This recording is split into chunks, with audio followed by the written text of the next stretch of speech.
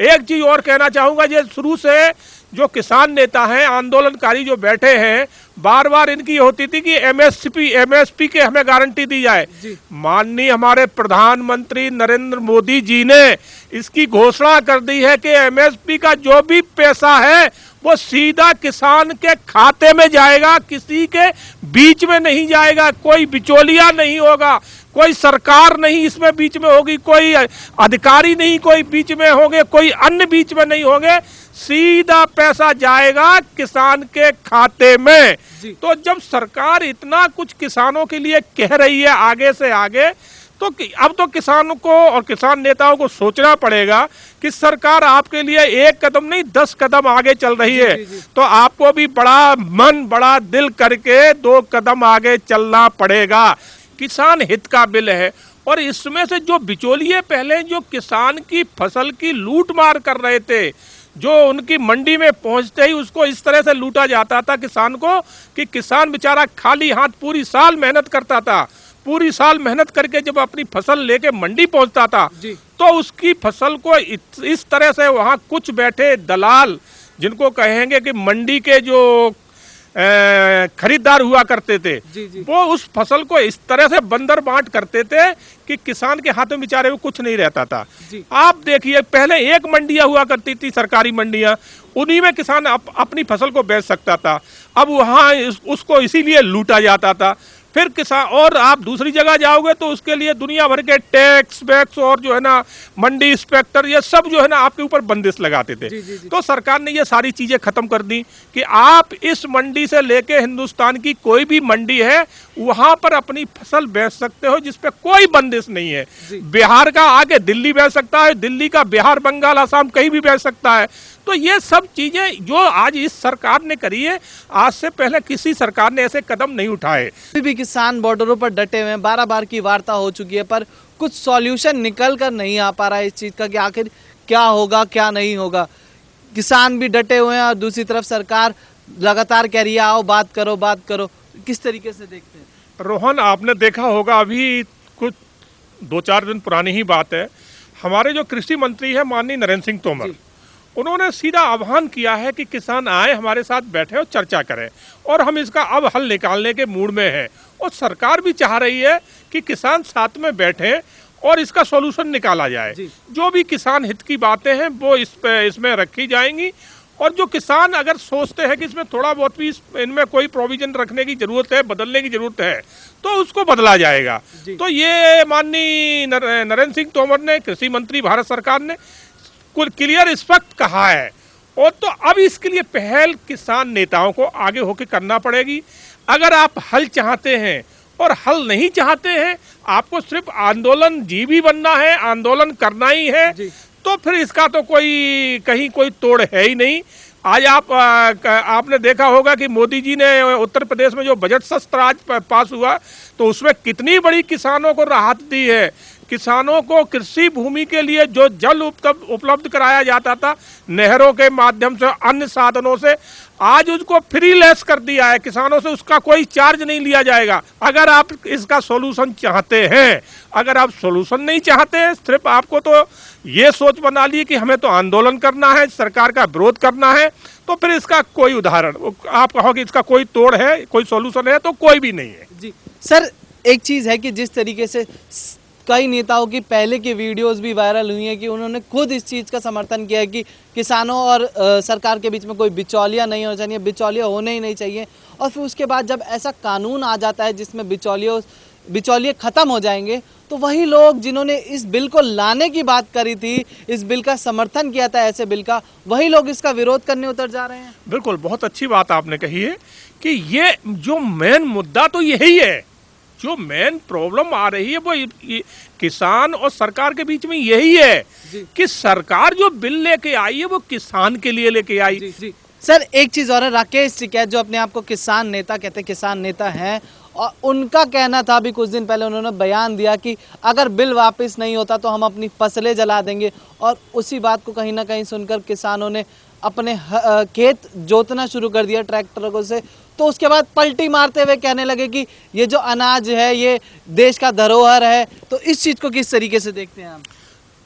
क्या है, मैं आपको कहना चाहूँगा कि राकेश टिकैत, सत्यता तो ये है कि राकेश टिकैत आज जो भी बोल रहे, जो भी कह रहे हो, जो भी कर रहे हैं, वो किसान हित का कतई नहीं हो सकता, क्योंकि उनके साथ अब वो ताकतें जुड़ चुकी हैं जो देश और किसान हित में कतई है ही नहीं। आपने देखा होगा कि राकेश टिकैत का समर्थन कहाँ से हो रहा है? कनाडा से। जो कनाडा में एक गैंग बैठी हुई है जिसका एजेंडा है एक भारत में एक नया बंटवारा करना, खालिस्तान बनाना, जो बरसों पुराना जो था, जो यहाँ की सरकारों ने उसको दबा दिया था। आज जो है ना किसान आंदोलन के माध्यम वो भी अपनी जो है ना यहाँ जमीन तलाश रहे हैं, इनके कंधे पे रख के वो भी अपना उल्लू सीधा करना चाह रहे। तो राकेश टिकैत इन लोगों के बीच में फंस गए हैं, इसलिए राकेश टिकैत जो भी कह दे उस बात में कहीं से कहीं किसान हित तो है ही नहीं। आप सोचिए, कभी किसान ऐसे शब्द कहेगा? जो किसान इतनी मेहनत करके अन्न पैदा करता है और वो कहेगा कि हम आग लगा देंगे, तो वो किसान कभी हो ही नहीं सकता। किसान को, इसलिए किसान को अन्नदाता कहा गया है, और वही अन्नदाता कहे कि अन्न को हम जला देंगे, तो वो अन्नदाता कहाँ रह गया? जी। सर, वहीं राहुल गांधी जो किसानों के मसीहा बने हुए हैं इस वक्त, उन्होंने एक पुडुचेरी में एक रैली करी। उसके बाद वहां पर देखा गया कि वहां पर रैली में कहते हैं कि मछुआरों के लिए मैं एक नया मंत्रालय बनाऊंगा। पर इतने बड़े नेता अपने आप को कहते हैं, लोग इनको यही नहीं पता कि जो मछुआरे हैं उनके लिए पहले से एक मिनिस्ट्री है ऑलरेडी।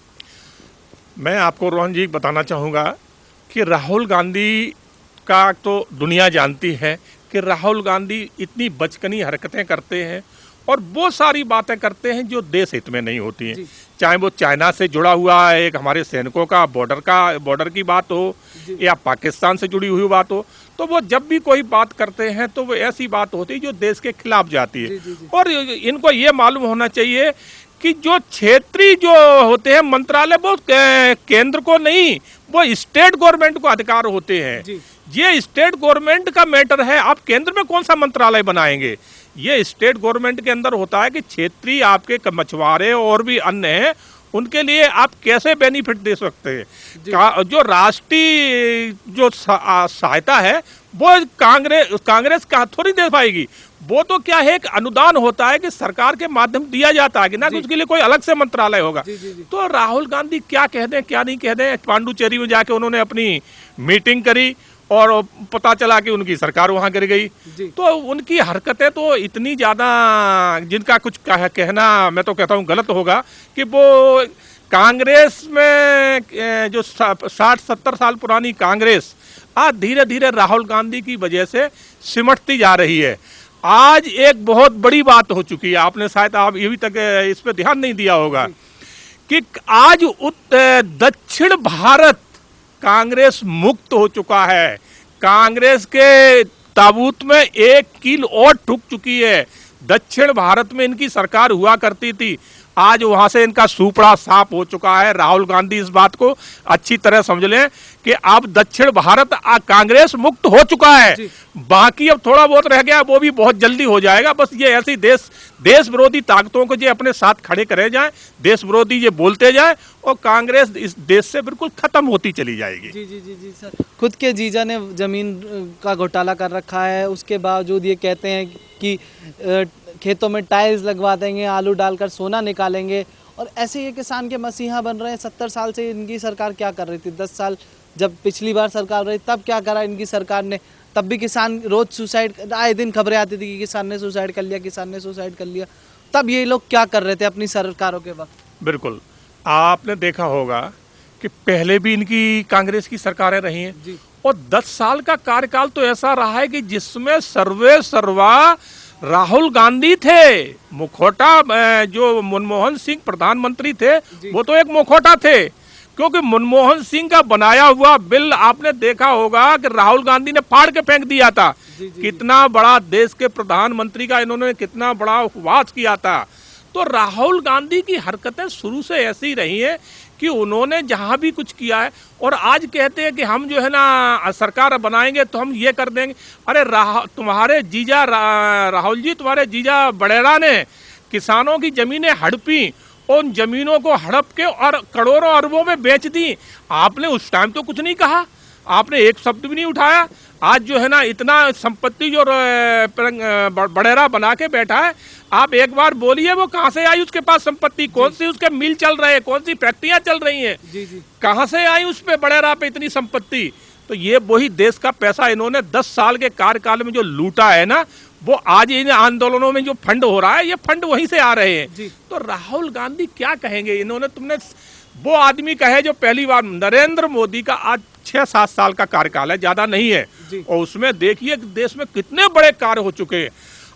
10 से 15 करोड़ गरीब परिवार ऐसे हैं जिन्हें धुओं से मुक्ति दिला के उनको गैस कनेक्शन, गैस चूल्हा फ्री दिया गया है।